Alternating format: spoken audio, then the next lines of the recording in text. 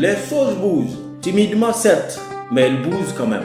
Elles bougent non pas parce que les mâles le souhaitent, mais parce qu'elles en ont décidé ainsi. N'en déplaise aux ultra-conservateurs. Définitivement, elles changeront les choses bien sûr.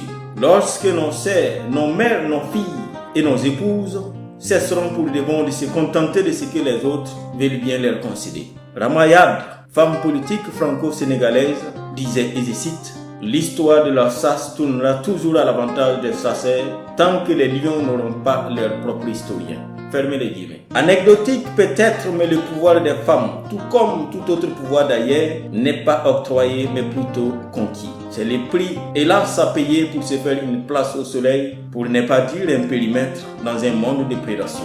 La journée internationale des femmes, selon l'appellation officielle de l'ONU, célébrée tous les 8 mars et c'est depuis 1972, est comme un baromètre qui mesure chaque année le fossé entre le chemin parcouru et le chemin à parcourir. Une journée mettant en avant la lutte pour les droits des femmes, notamment pour la réduction des inégalités par rapport aux hommes. Déscolarisation, mariage précoce, mariage forcé, mutilation génitale, violence conjugale, inégalité dans le traitement salarial, sous-représentation dans les postes à responsabilité. Voilà en substance les griefs de la femme contre la société, notre société, honteusement aux couleurs des hommes. Des mots imputés au mal, lesquels mal utilisant ces mots pour faire du mal aux mères, nos mères. Des mères qui croupissent sous le poids du désespoir, au point où le syndrome de Stockholm se taille de nouvelles parures. Tenez bien, les farouches défenseurs de l'excision sont curieusement des femmes.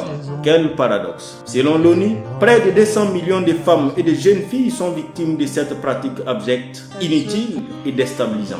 Prière que cette commémoration soit mise à profit pour travailler véritablement à sortir la femme de l'engrenage dans lequel elle se trouve. 8 mars, alors oui, chère madame, marche. Marche pour te donner de la lumière, marche pour te donner de la hauteur, enfin marche pour te sortir des ténèbres. Marche et veille, comme Simone, aujourd'hui admise au repos définitif au Panthéon dans le 5e arrondissement de Paris. Marche donc. Toi qui es encore en service au chantier, à la plantation, au foyer, au bureau, au marché, bref, là où tu es, marche. L'esclave qui n'est pas capable d'assumer sa révolte ne mérite pas que l'on s'apitoie sur son sort. Cet esclave répondra de son malheur s'il se fait des illusions sur la condescendance d'un maître qui prétend la franchir. Seule la lutte libère, disait Thomas Sankara. Bonne fête, mesdames. Enfin, bonne journée.